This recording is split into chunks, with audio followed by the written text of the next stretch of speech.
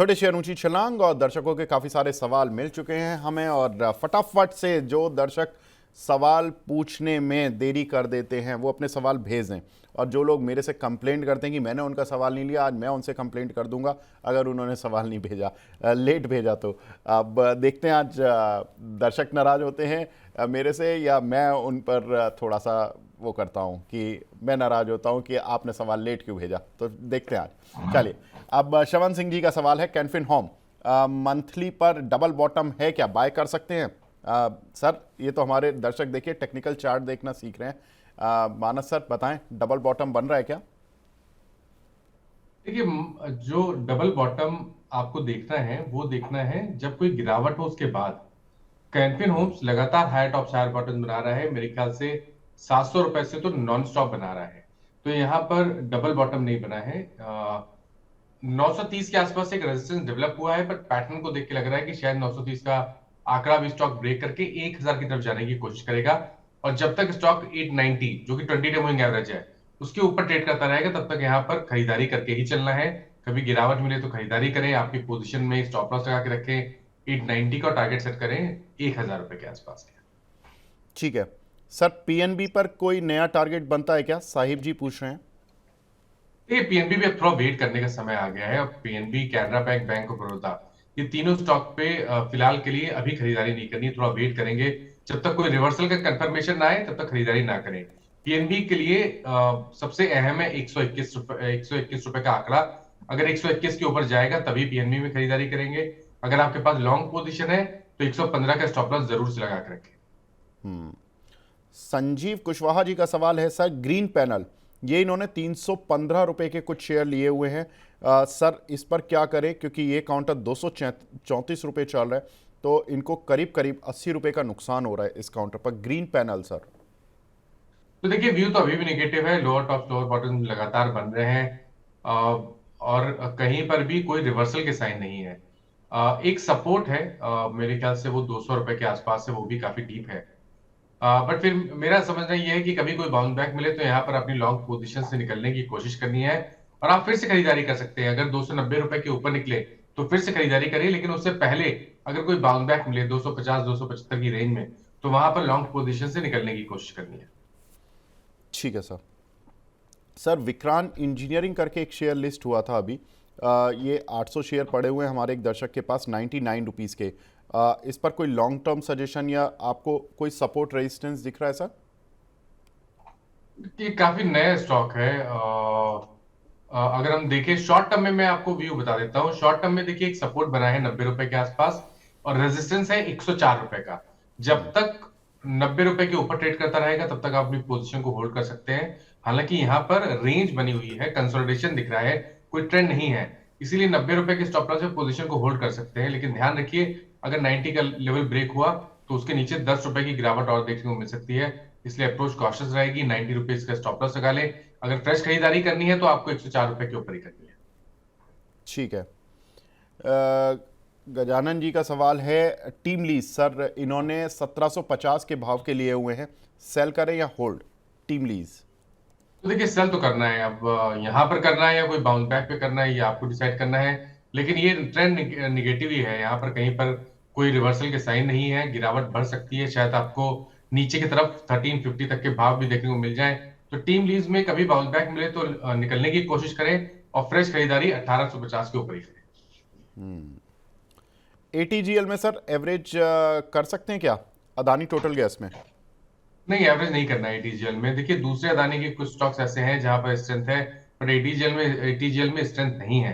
ध्यान रखें, यहाँ पर लॉन्ग टर्म चार्ट पे एक सपोर्ट है 520 रुपए के आसपास। अगर वो लेवल ब्रेक हो गया, उसके नीचे स्टॉक फिसला, तो अच्छी खासी गिरावट देखने को मिल सकती है। इसलिए 520 का स्टॉप लॉस लगा ले, उससे पहले कोई बाउंस बैक मिले तो निकलने की कोशिश करें और फ्रेश खरीदारी 680 रुपए के ऊपर करें। ठीक है सर। एक हमारे दर्शक हैं सौरभ गुप्ता जी, वो पूछ रहे हैं सर गोल्ड पे कुछ बता दीजिए। मानस सर गोल्ड आप ट्रैक करते हो क्या? गोल्ड में ट्रैक करता हूँ, लेकिन इस टाइम मेरे पास चार्ज अवेलेबल नहीं है तो व्यू नहीं दे पाऊंगा। अच्छा, ठीक है। सौरभ गुप्ता जी अभी थोड़ा सा टाइम दीजिए, अभी थोड़ी देर में देखते हैं। कि जब 11:30 से 12 में जो हमारे पैनलिस्ट होंगे उनसे आंसर लेने की कोशिश करेंगे। बैंक ऑफ महाराष्ट्र, सर इस पर बताइए, इसमें अभी पीछे ओएफएस भी आया था और इस पर करीब सरकार 54 या 55 रुपये के आसपास अपना स्टेक बेच रही थी, करीब 5% के करीब का। सर क्या लग रहा है इस काउंटर को?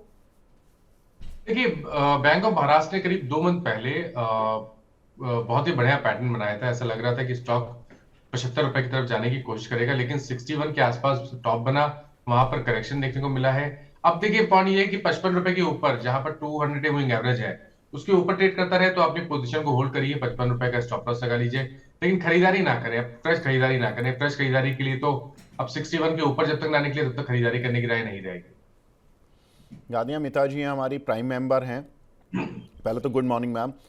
बोल रही हैं कि F&O के मास्टर हैं मानस सर, और सर इनसे कोई ट्रेड दिलवा दीजिए, thank you so much, have a nice day.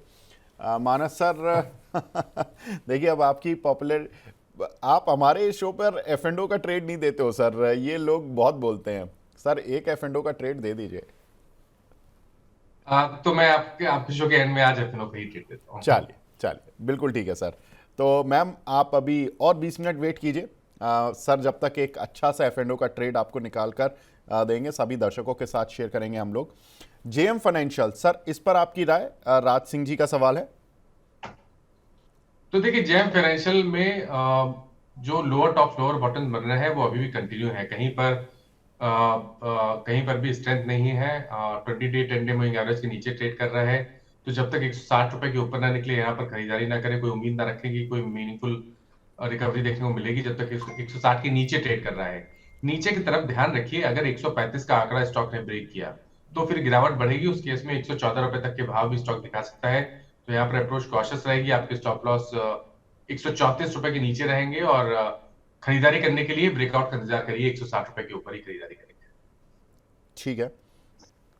एक हमारे दर्शक हैं मिर्जा हमीद साहब हैं, या बड़ा लंबा आईडी बनाया हुआ है, मिर्जा यमीन साहब हैं रियाद से। ये बोल रहे हैं कि सर फिलिप्स कार्बन ब्लैक इन्होंने 464 रुपये के लिए हुए हैं, इसको अब एवरेज कर लें या लॉस में कुछ देखना पड़ेगा? क्योंकि इन्होंने कहा कि इनके एक रिसर्च हाउस है, मैं उनका नाम नहीं ले रहा, उनकी राय पर इन्होंने खरीदे थे।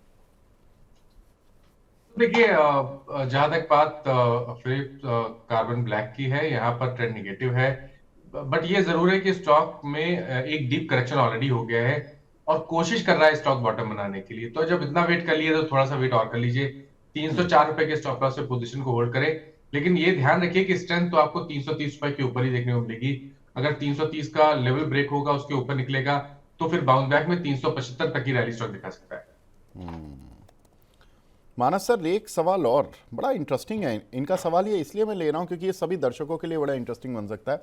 ये बोल रहे हैं कि इनके पास 4000 स्पाइस जेट के शेयर हैं 45 रुपए के भाव के, बोले कि मैं इससे निकल के इंडिगो बाय कर लूँ। सर मतलब कॉन्ट्रा सोच रहे हैं कि इंडिगो को प्रॉब्लम आई है तो स्पाइस जेट को लोग सोच रहे थे कि फायदा होगा, ये थोड़ा सा कॉन्ट्रा सोच रहे हैं। ये कह रहे हैं कि स्पाइस जेट से निकल के इंडिगो ले लूँ क्योंकि वो क्राइसिस में चल रहा है, तो शेयर भी क्राइसिस में आ गया, 1000 रुपये गिर चुका है, तो इंडिगो बाय कर ले, क्या ये सही है डिसीजन? तो देखिए, पहले तो स्पाइस जेट को देखिए, तो स्पाइस जेट पहले से ही निगेटिव है। तो मेरा समझना है कि यहाँ पर आपको कभी भी मौका मिले, तो कभी बाउंस बैक मिले, तो वहां पर निकलने की ही कोशिश करनी है, इसमें तो कोई डाउट नहीं है। लेकिन इंडिगो खरीदना है नहीं खरीदना, ये सेपरेट क्वेश्चन है। क्योंकि अगर आप इंडिगो के चार्ट देखें तो वहां पर लगातार वीकनेस बनी हुई है। और मैं कभी भी जब लगातार गिरावट होती है तो मैं डिप पे खरीदारी करने की राय नहीं देता, जब तक कोई रिवर्सल का साइन नीचे ना देखने को मिले। क्योंकि ये प्रेडिक्ट करना कि ये गिरावट कहां थमेगी, क्योंकि ये न्यूज ड्रिवन गिरावट है, ये कोई टेक्निकल करेक्शन नहीं है, ये न्यूज ड्रिवन गिरावट है। इसलिए इस पे ट्रेड लेना थोड़ा सा मुश्किल है लॉन्ग साइड पे। टेक्निकली पूछे तो टेक्निकली वीकनेस तो अभी भी है, और ये भी ध्यान रखिए कि अगर 4600 के नीचे जाएगा तो यहाँ पर आपको शायद 4400 रुपए तक के भाव भी स्टॉक दिखा सकता है। तो मेरी राय में अभी खरीदारी ना करें, वेट करें जब तक कोई कंफर्मेशन ना मिले रिवर्सल का, या यहाँ पर कोई कंसोलिडेशन देखने को ना मिले। ठीक है सर। एक हमारे दर्शक हैं, ये एसीसी पर सवाल पूछ रहे हैं कि एसीसी इन्होंने लेके रखा हुआ है, सर अब क्या राय है आपकी? तो देखिए एसीसी लेके रखा है तो यहाँ पर आपको स्टॉप लॉस तो जरूर लगाना पड़ेगा, और वो जो स्टॉप लॉस का जो लेवल है वो है 1750 के नीचे अगर जाए तो आपको लॉन्ग पोजीशन से निकलना पड़ेगा। ध्यान रखिए यहाँ पर ट्रेंड निगेटिव है, यहाँ पर कोई भी स्ट्रेंथ चार्ट पे अभी तक दिख नहीं रही है, और स्ट्रेंथ शायद तब तक नहीं दिखेगी जब तक 1860 के नीचे स्टॉक ट्रेड करता रहेगा, इसलिए अप्रोच कॉशियस रहेगी। स्टॉप लॉस 1750 का जरूर से लगा लें। ठीक है सर। अगला सवाल हमें मिला है मनीष गुप्ता जी का। ये बोल रहे हैं कि सर कोई 5 स्टॉक ऐसे बता दीजिए जिसमें कि मैं मंथली एसआईपी कर लूँ 20,000 रुपये की for next generation. Wow, what a question. Manish Gupta ji sir 5 ऐसे शेयर पूछ रहे हैं मानस सर जो 20,000 रुपये लगा दे और पर मंथ लगा दे एसआईपी के तौर पर। 5 स्टॉक बता दीजिए सर। बिल्कुल, तो देखिए नेक्स्ट जनरेशन के लिए शायद मैं इतना काबिल नहीं हूं कि मैं इतना लंबे हिसाब से व्यू आपको बता पाऊं, लेकिन मैं आपको 1 से 1.5 साल के हिसाब से कुछ स्टॉक जरूर रिकमेंड कर सकता हूं।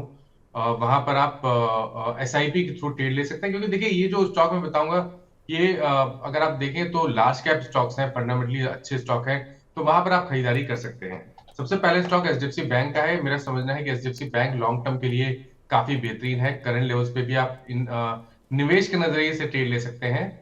अगर आपके पास 12 से 15 मंथ का समय हो तो शायद आपको यहाँ पर 1200 रुपए तक के भाव स्टॉक दिखा सकता है। स्टॉप लॉस लगाने के लिए आपको 940 का लेवल ध्यान रखना है, 940 के नीचे आपको स्टॉप लॉस लगा के रखना है। तो दूसरा बैंक है वो एसबीआई का है। देखिए एसबीआई करेक्ट हुआ है, ध्यान रखें 2 महीने पहले स्टॉक ने एक ब्रेकआउट दिया है। लॉन्ग टर्म चार्ट तो बेहतरीन है, यहाँ पर भी इस गिरावट पे खरीदारी करने की राय रहेगी। 860 रुपए के स्टॉप लॉस से लॉन्ग टर्म के हिसाब से आप खरीदारी कर सकते हैं। 1200 रुपए तक के टारगेट्स पॉसिबल है स्टॉक में। जो तीसरा स्टॉक है वो बजाज फाइनेंस का है। यहाँ पर भी स्टॉक करेक्ट हुआ है, लेकिन लॉन्ग टर्म ट्रेंड काफी पॉजिटिव बना हुआ है। जब तक 900 रुपए के ऊपर ट्रेड करता रहे यहाँ पर खरीदारी करने के मौके होंगे। टारगेट यहाँ पर भी 1200 का ही है।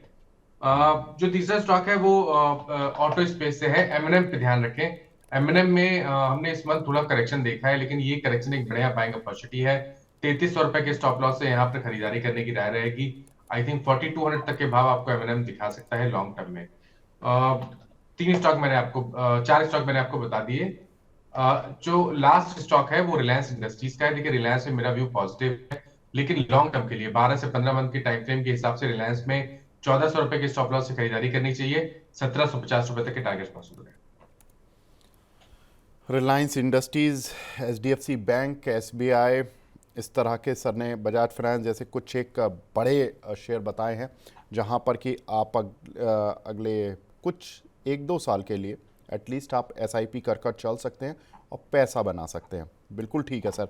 और आपने अच्छी चीज़ सर ये की है कि लार्ज कैप हैं तो इन पर 50 रिसर्च हाउसेज मिल जाएंगे, और ज़्यादातर जब भी ये सवाल कहीं भी पूछेंगे, कैसे भी पूछेंगे, तो इनको पॉजिटिव ही आंसर मिलेगा, क्योंकि लार्ज कैप को लेकर कोई भी एनालिस्ट हमारे जनरली नेगेटिव नहीं होते हैं, और ये रिटर्न भी नेगेटिव नहीं देते हैं इजीली। हार्डली अगर डिप आता है तो 10% का, 15% का आता है, लेकिन जब अपसाइड आता है तो वो भी 20-30% मिल जाता है। तो सर एक सेफ एंड साउंड रिटर्न आप इन काउंटर्स पर देख सकते हैं, मानस सर की सलाह है। एक शेयर सर जो सेफ तो लग रहा था लेकिन सबसे ज़्यादा अनसेफ कैटेगरी में चला गया, वो है ओला इलेक्ट्रिक। 58 रुपये का लिया हुआ है हमारे एक दर्शक ने। मंगलम मंत्रा के नाम से इनका आईडी बना हुआ है। 2000 शेयर है सर, बहुत लॉस हो रहा है, कैसे लॉस को ठीक करें? देखिए जब भी इतना बड़ा अंडर परफॉर्मेंस आपको देखने को मिले, अगर आप सबसे अच्छा तरीका ये होता है कि अगर आप 6 महीने में अंडर परफॉर्मेंस इंडेक्स को देखते हो, अंडर परफॉर्मेंस देखने को मिले किसी स्टॉक में, तो उस पर रिसर्च जरूर कर लीजिए कि क्या कारण है उस अंडर परफॉर्मेंस का। और ओला में तो मेरे ख्याल से 2024 मिड 2024 से आपको लगातार अंडर परफॉर्मेंस दिख रहा है, तो इसको तो पहले से एनालाइज कर लेना चाहिए था। कहीं मौका मिले तो निकल भी जाना चाहिए था। जो जो ट्रेंड है वो तो अभी भी निगेटिव है। ध्यान रखिए स्टॉक ने एक बहुत ही अहम सपोर्ट जो कि 39 रुपीज का था वो भी तोड़ दिया है। तो अब यहाँ पर नीचे की तरफ के टारगेट देना भी बहुत मुश्किल है, और ये बोलना कि यहाँ पर खरीदारी कर लें कोई बाउंस बैक मिलेगा, ये भी बहुत मुश्किल है। मेरी राय में कभी भी मौका मिले आपको, आप जो लॉस बेयर कर सकते हैं उस हिसाब से, कभी भी बाउंस बैक मिले तो वहां पर स्टॉक से निकलने की ही कोशिश करनी है। ठीक है सर, बिल्कुल ठीक है। आगे बढ़ते हैं सर। एक शेयर मिला है प्रिसीजन वायर का, 249 का लिया हुआ है अली जेबा साहब ने। सर इस पर क्या करें? नाम बताइए स्टॉक का pair. Sir precision wire. Okay, ये मेरे ख्याल से इसका कोड कुछ PWL है क्या? नहीं, वो तो फिज़िक्स वाले का है सर। मैं इसका आपको कोड बता देता हूँ, प्रिसीजन वायर का, PREC वायर, ये 239 रुपये का है सर। PREC wire. जी जी। तो देखिए यहाँ पर स्टॉक में करेक्शन देखने को मिला था, 276 रुपए पे टॉप बना था लास्ट मंथ। उसके बाद लोअर टॉप लोअर बॉटम बनना शुरू हुए, 50 डे मूविंग एवरेज पे स्टॉक्स ने सपोर्ट किया और वहां पर स्टॉक बॉटम बनाने की कोशिश कर रहा है। लॉन्ग टर्म चार्ट पे भी अगर आप देखें तो 220 एक बहुत ही अहम आंकड़ा है, बहुत ही स्ट्रॉन्ग सपोर्ट है। तो जब तक 220 के ऊपर ट्रेड करता रहे तब तक अपनी पोजीशन को होल्ड कर सकते हैं। एक बार 246 47 की रेंज को ब्रेक करेगा, उसके ऊपर निकलेगा तो फिर रैली रिज्यूम हो जाएगी और वापस आपको 270-75 तक के भाव स्टॉक दिखा सकता है। विजय कुमार जी पूछ रहे हैं, सर मुझे 3 महीने के लिए इन्वेस्ट करना है, कहाँ करें? मानस सर, आज तो ये बड़े सवाल आ रहे हैं। देखिए, ये और ये अच्छी चीज़ है कि मार्केट के इस फॉल में जिस तरह का हमने, ये देखिए इंडेक्स पे तो मैं बात नहीं कर रहा क्योंकि इंडेक्स तो 26,000 25,000 के पास है, वो तो ऑल टाइम हाई के पास चल रहा है। शेयर्स बहुत सारे फॉल में मिले हुए हैं, सेल लगी हुई है और लोग इन्वेस्ट करना चाहते हैं। कोई SIP मोड में है, कोई 3 महीने के लिए, कोई 2 साल के लिए। सर बताएं, कोई स्टॉक है ऐसा 3 महीने वाला?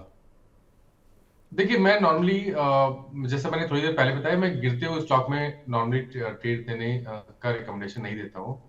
जहां पर देखिए ये मार्केट में गिरावट देखने को मिली है, तो जहां पर आउट परफॉर्मेंस है, जहां पर उस तरह की गिरावट नहीं है, उसका एक बहुत सीधा सा मतलब है कि वहां उस स्टॉक में स्ट्रेंथ है।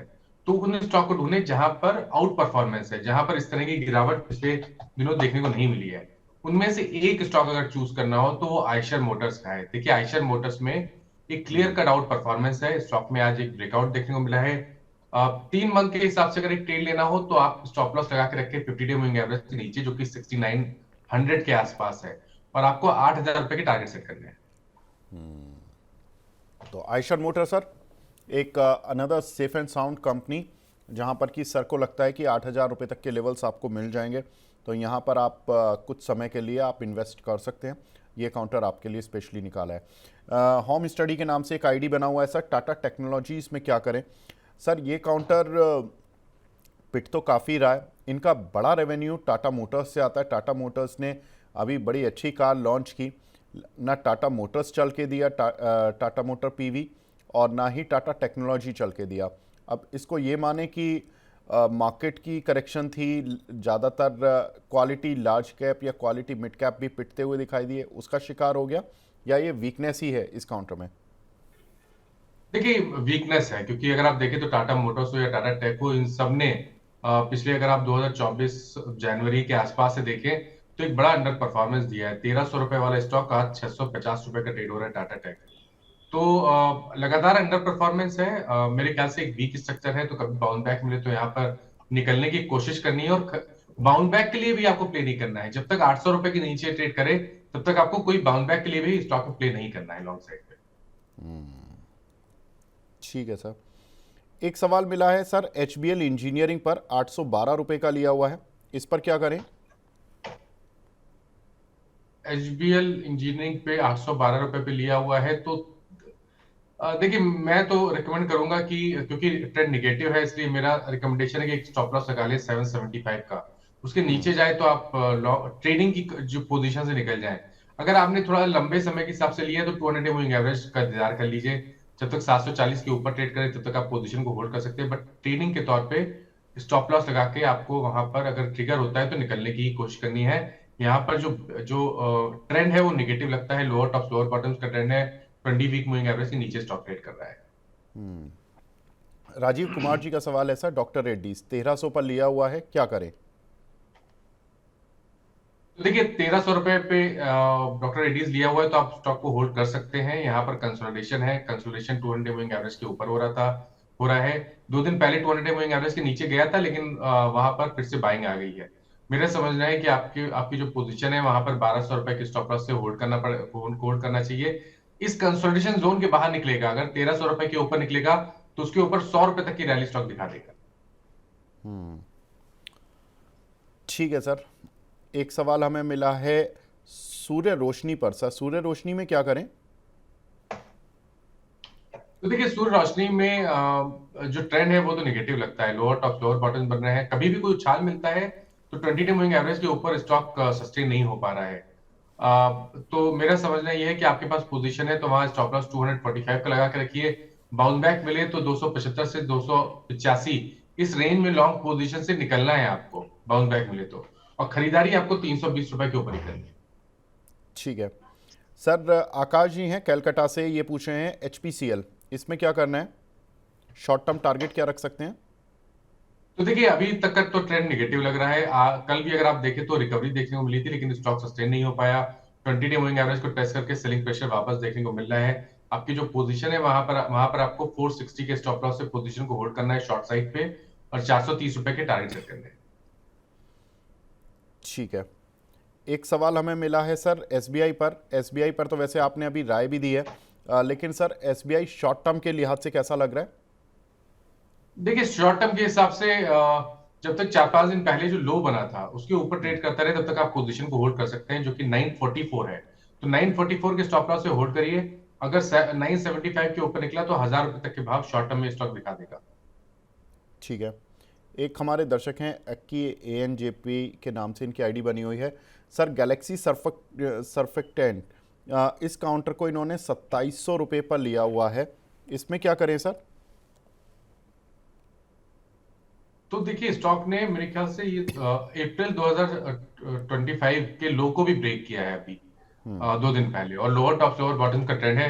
यहाँ पर मेरे मेरे ख्याल से निकलना चाहिए और फ्रेश खरीदारी आप वापस करें। अगर 2150 के ऊपर निकले तो फिर से फ्रेश खरीदारी करें, लेकिन अभी के लिए तो निकलना ही सही रहेगा। ठीक है। एक हमारे प्राइम मेंबर हैं मनमोहन जी। मनमोहन जी आपको गुड मॉर्निंग सर। इनका सवाल है sir, bank of India 1500 share लिए हुए हैं 144 के, और टाटा टेक पर हम बात कर ही चुके हैं, तो बैंक ऑफ इंडिया ही ले रहा हूं सर मैं। सवाल इनका 144 के लिए हुए हैं सर, क्या करें, होल्ड सेल और एवरेज? तो देखिए होल्ड करना है, एवरेज नहीं करना है। अगर 144 के ऊपर निकला तो स्ट्रेंथ वापस आएगी। उस केस में 152 और 158 तक के टारगेट्स पॉसिबल हैं। अभी के लिए होल्ड करिए और 134 रुपए के नीचे स्टॉप लॉस लगाइए। एक हमारे दर्शक हैं श्रीवास्तव जी, ये इंडियन बैंक पर पूछ रहे हैं सर, 845 रुपये के इन्होंने शेयर लिए हुए हैं, लॉन्ग टर्म रुक सकते हैं, क्या करें सर? देखिए लॉन्ग टर्म रुक सकते हैं तो मेरे ख्याल से फिर रुक लेना चाहिए, क्योंकि अगर आप नीचे की तरफ देखें लॉन्ग टर्म चार्ट पे तो 740 से लेकर 700 पे मल्टीपल सपोर्ट दिखते हैं। 2 दिन पहले स्टॉक ने 20 वीक मूविंग एवरेज पे सपोर्ट लिया है। तो अगर आपके पास 12 मंथ का समय है तो मेरे ख्याल से यहाँ पर होल्ड कर सकते हैं पोजीशन को। स्टॉप लॉस डीप ही लगाना पड़ेगा, कोई ऑप्शन है नहीं। तो 700 रुपए के नीचे ही स्टॉप लॉस आपको लगाना पड़ेगा। स्ट्रेंथ मिलेगी वापस अगर 840 के ऊपर निकलेगा, और अगर 840 के ऊपर निकला तो 900 को ब्रेक करके 1000 रुपए की तरफ जाने की कोशिश कर सकता है स्टॉक। ठीक है। एक दो सुपर चैट भी मिली हैं। साईं प्रवीण साहब का सवाल है सर, SDB फाइनेंशियल, इसमें 745 रुपये के लिए हुए हैं इन्होंने कुछ शेयर, क्या करें सर? देखिए स्टॉप लॉस लगा लीजिए, 740 का पोजीशन को होल्ड करना चाहिए। 786 रुपए तक के टारगेट देखने को मिल सकते हैं। ठीक है। एक सवाल हमें मिला है सर, करारो इंडिया पर, सुभाष मेहता जी का, ये भी सुपर चैट पर मिला है सर, शॉर्ट टर्म टारगेट और स्टॉप लॉस क्या होंगे? तो देखिए शॉर्ट टर्म के लिए तो स्ट्रेंथ 530 रुपए के ऊपर ही देखने को मिलेगी, लेकिन अगर आपने एक short term position long side पे बना रखी है तो वहां पर आप एक स्टॉप लॉस 504 रुपए का जरूर से लगा लें। ओम प्रकाश जी का सवाल है sir, EKC Everest canto cylinder, इसमें ये कहाँ तक लिया जा सकता है, ये ले सकते हैं क्या?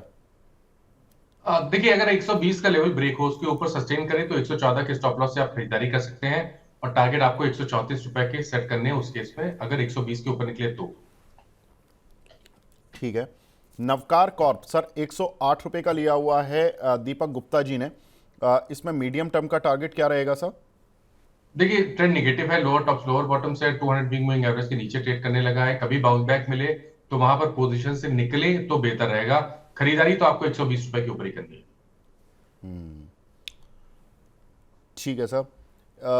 बार बार सवाल जो JM फाइनेंशियल पर पूछ रहे हैं सर, आप वीडियो देखिए, आपका सवाल ले चुके हैं सर।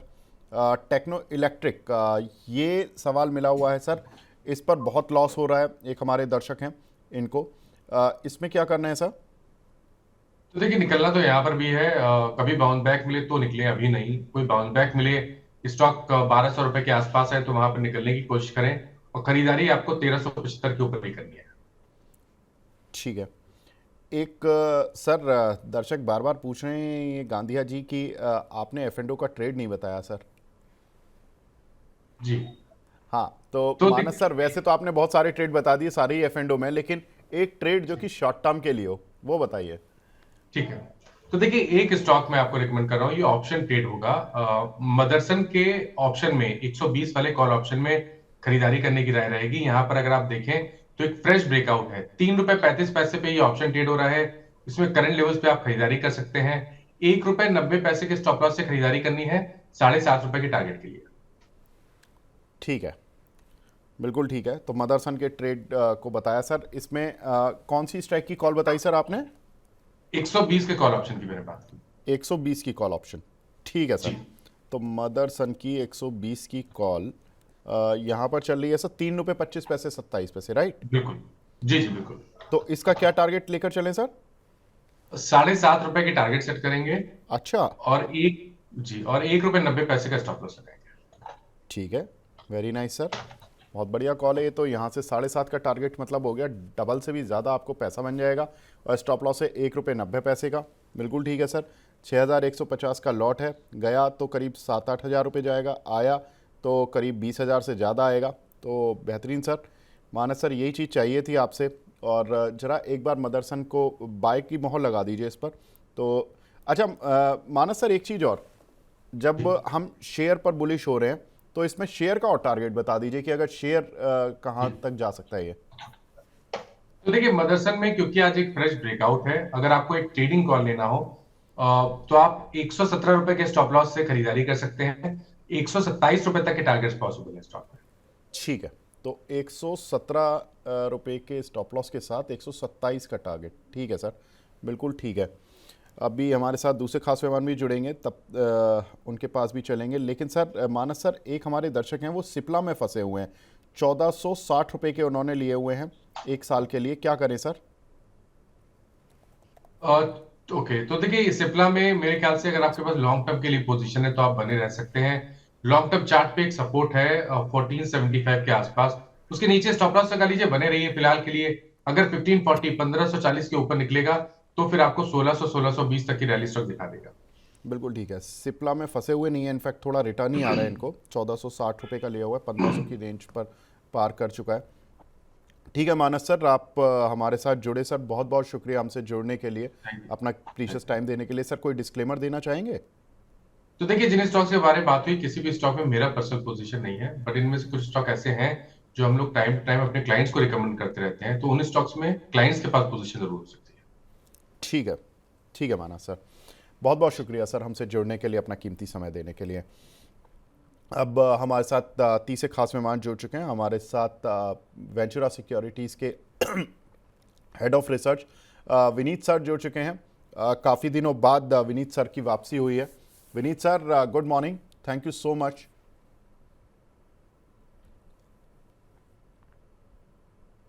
विनीत सर, आपको मेरी आवाज़ गुड आ रही morning to you Vivek, how are you doing? I am good हाँ, सर, आ रही आप आपकी बताएं आवाज, सर। और क्वारी मेरी आवाज? या all your very good voice sir. Clear. Sir, अब कैसी तबीयत है आपकी?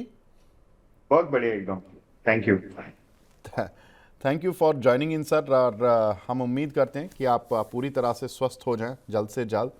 और मार्केट में सर ये ट्रेड टॉक्स को लेकर इतनी सारी बातचीत हो रही है, अभी तक स्टेटमेंट का ही दौर ख़त्म नहीं हुआ, डील पता नहीं कब होगी।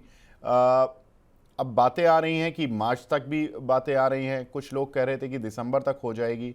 अब अगर ये डील मार्च तक खिंचती है तो सर मार्केट भी मार्च तक परेशान रहेगा क्या?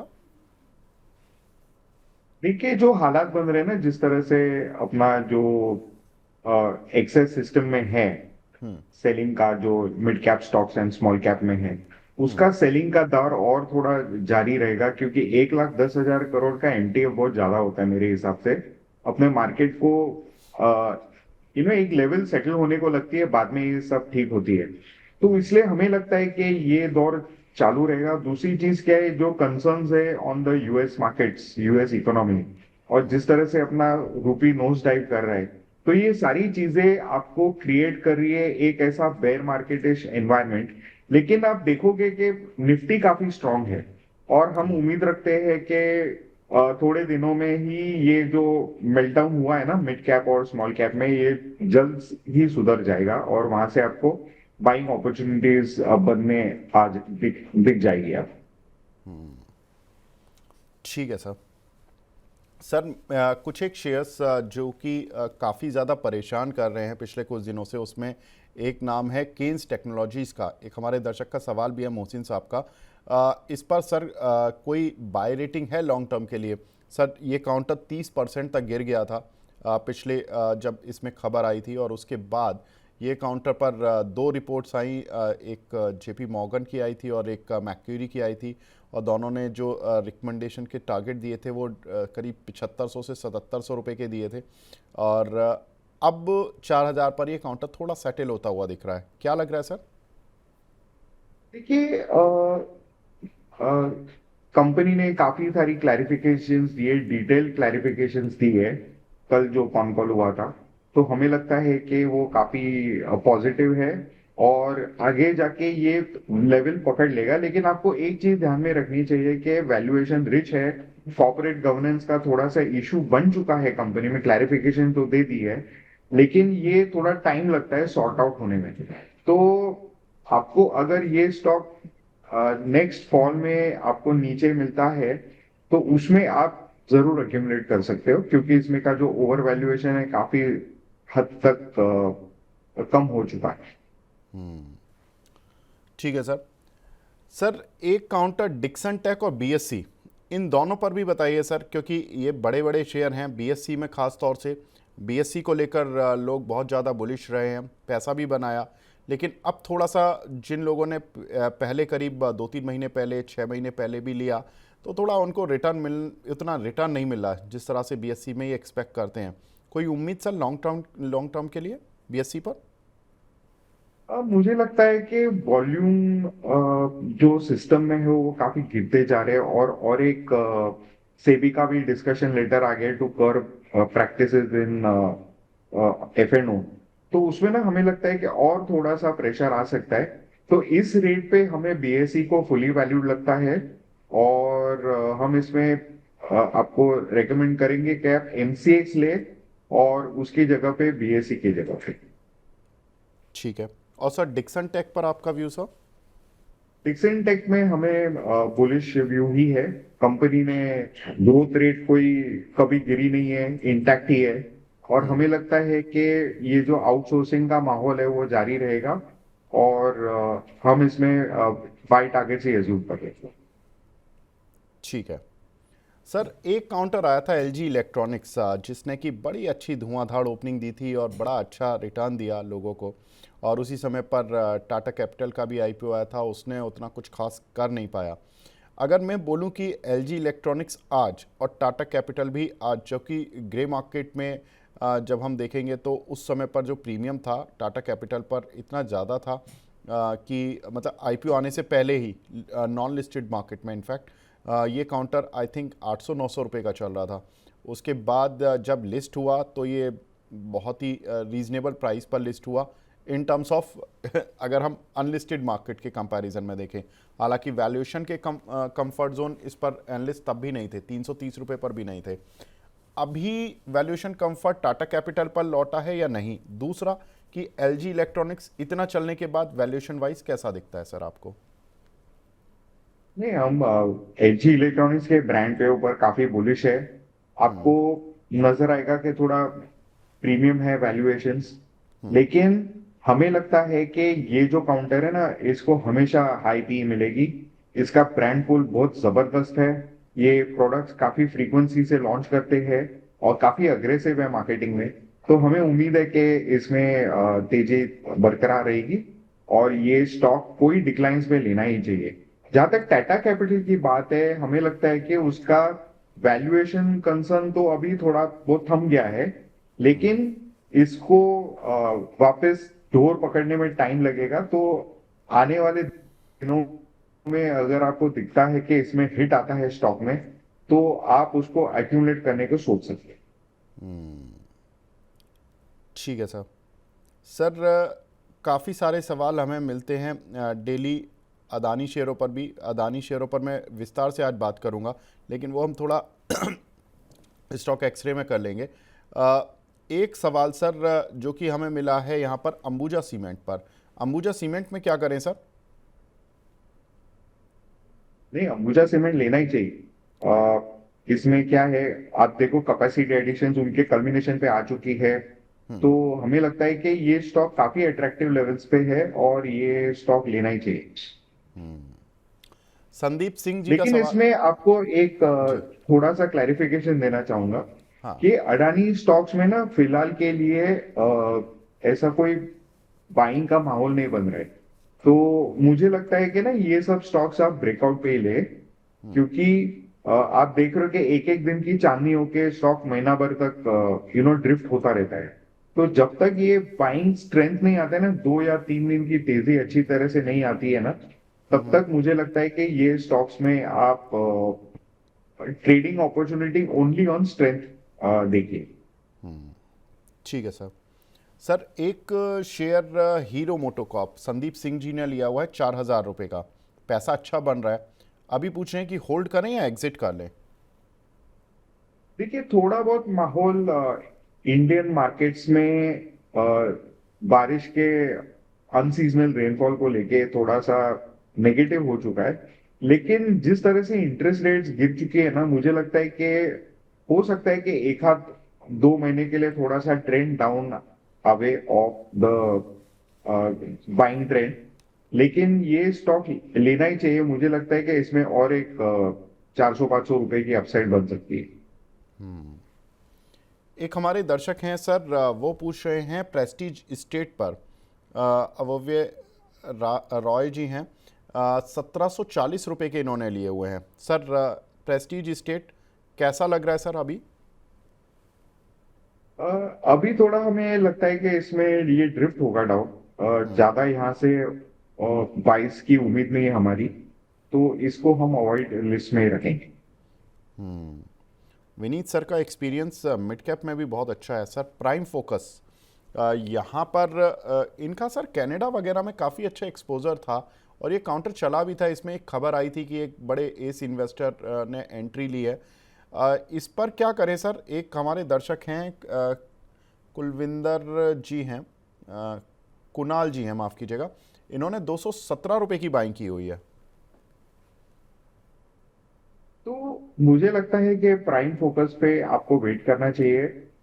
इंटरनेशनल मार्केट्स में मीडिया स्टॉक्स को लेके थोड़ा सा कंसर्न है और अभी वो कंसर्न टला नहीं है, तो आपको थोड़ा वेट करना चाहिए इसका। ठीक है सर। एक हमारे दर्शक हैं sir union bank of India, Raj K Singh साहब का सवाल है। आज इस पर क्या व्यू रहेगा सर? आज काफ़ी सारे सवाल पीएसयू बैंक्स पर आ रहे हैं। पहले पीएनबी पर आया था, फिर बैंक ऑफ इंडिया और भी एक दो सरकारी बैंक्स पर, बैंक ऑफ महाराष्ट्र पर भी आया था। यूनियन बैंक पर सर आपका व्यू? देखिए, इसमें ग्रोथ नहीं आ रही है। जब काफी बैंक्स ग्रो किए, इसमें बहुत वीक ग्रोथ ट्रेंड रहा है, तो हम इसको अवॉइड करेंगे, इसमें अभी नहीं लेंगे। ठीक है। एक काउंटर है सर प्रीमियर एनर्जी, 935 पर लिया हुआ है किशोर शर्मा जी ने। इसमें आपकी राय सर? ये जो आपके स्टॉक्स है ना फॉर सोलर एंड रिन्यूएबल्स, इसमें भी थोड़ा सा व्यू अभी क्लैरिटी नहीं आ रही है इसमें ट्रेंड के जरिए। तो फंडामेंटली हमें लगता है कि इसके ऊपर वेट करके ही चलना चाहिए।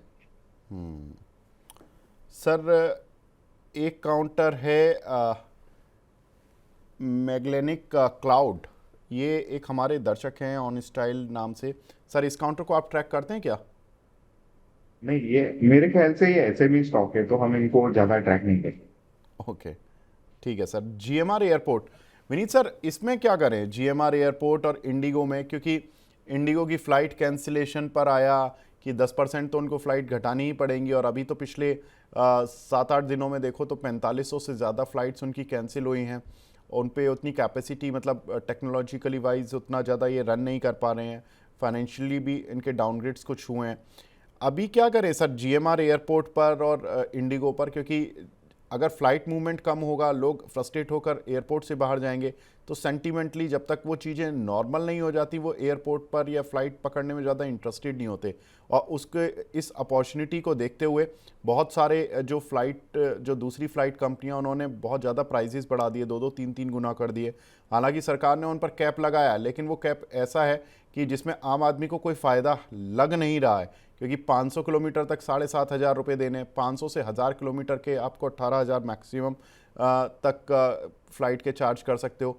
सर, आप जब फ़्लाइट से जाते हो तो मिनिमम आप डिस्टेंस 1000 किलोमीटर का तो तय करते ही हो, जनरली ऐसा देखा गया। कम से कम 1 घंटे, सवा घंटे की फ़्लाइट होती है, तभी व्यक्ति जाता है फ़्लाइट से। अदरवाइज़ तो वो आधा घंटे की फ़्लाइट तो कोई रेयर ही पकड़ता होगा, क्योंकि एरोप्लेन करीब 800 से 1000 किलोमीटर की स्पीड पर चलता है, तो 1 घंटा उसको लगता ही है। तो सर, ऐसे में 18,000 रुपये 1 घंटे की फ़्लाइट के देना कितना वाइबल होगा, और इसका क्या इम्पैक्ट होगा लॉन्ग टर्म? देखिए, एक नेचुरल डिमांड सप्लाई सिस्टम रहती है। जो आप अग्रेसिवली प्राइसिंग करोगे तो वो भी कोलैप्स होने वाला ही। लोग वहां से निकल के आपके बाकी के रूट्स पे चले जाएंगे, ऑल्टरनेटिव रूट्स देखेंगे।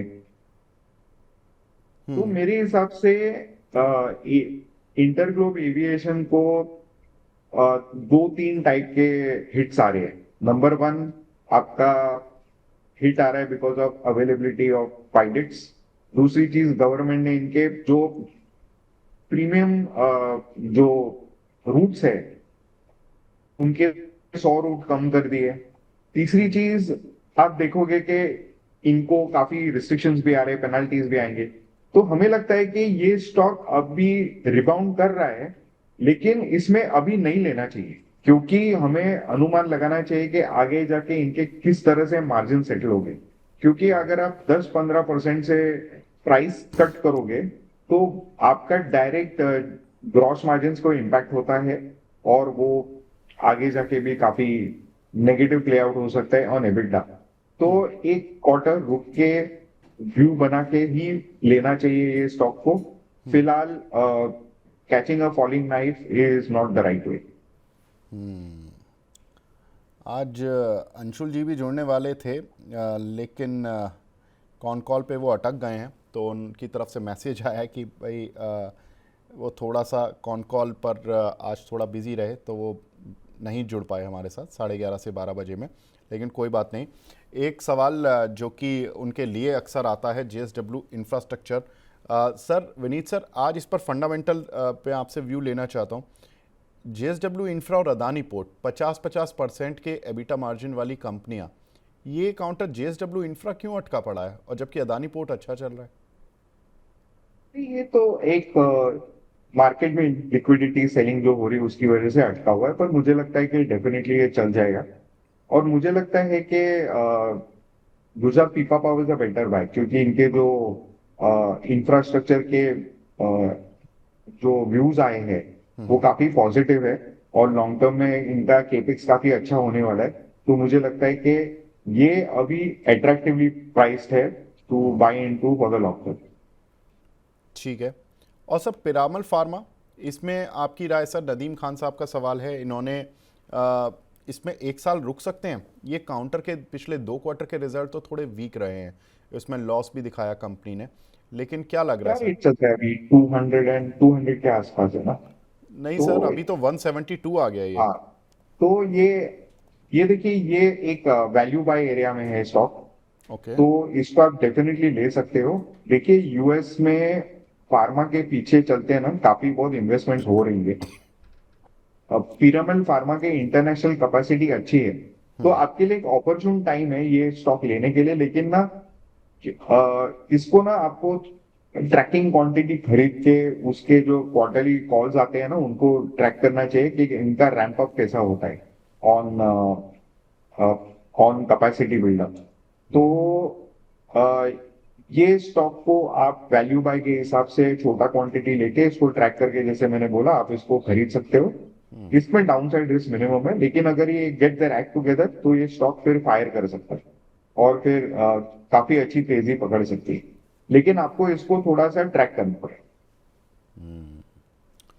एक सर, ये जब आपने फार्मा कैपेसिटी की बात की, दुनिया भर में इस समय चिप कैपेसिटी और एआई पर काफ़ी ज़्यादा फोकस हो रहा है। हमारी कंपनी मॉसचिप, एएसएम टेक, इन पर आपका व्यू सर? कुछ दर्शक रोज़ सवाल पूछते हैं। ड्रीम राइज अवे नाम के एक दर्शक हैं, उनके नाम से आईडी है उनकी, उन्होंने 245 पर मॉसचिप लिए हुए हैं। सर, मॉसचिप पर आपकी राय स्पेशली? देखिए, ये सारे स्टॉक्स इनएविटेबली चलने वाले हैं। इसमें अगर आपने कल का न्यूज पढ़ा रहेगा, जिस तरह से रोबोट्स की नई ट्रेंड इमर्ज हो रही है, उसमें तो चिप्स लगने ही है। और लगभग ट्रिलियंस ऑफ डॉलर का मार्केट की बात करें अगले 10 साल में, तो चिप्स की डिमांड तो बढ़ेगी, नए चिप्स भी आएंगे। तो मुझे लगता है कि ये काफी एक्साइटिंग स्पेस है और ये stocks will do well going है। ठीक है। रोहित बहल साहब का सवाल है सर, नेटको फार्मा 881 के लिए हुए हैं इन्होंने, इस पर आपका view sir? Sir, I am very positive on this company, लेकिन ना ये जैसा आपका डिवीज लैब है, कब चलेगा पता नहीं, लेकिन फाइनली चल गया तो ये आपको वेटिंग पीरियड ज्यादा रहेगा, लेकिन आपको रिटर्न्स फास्टर मिलेंगे। तो Natco Pharma in terms of capabilities on new product development बहुत ही बढ़िया कंपनी है। तो इसको आप स्मॉल क्वांटिटीज लेके रखे, जिस दिन ये फायर करेगा आपको बड़े पैसे लेके जाए।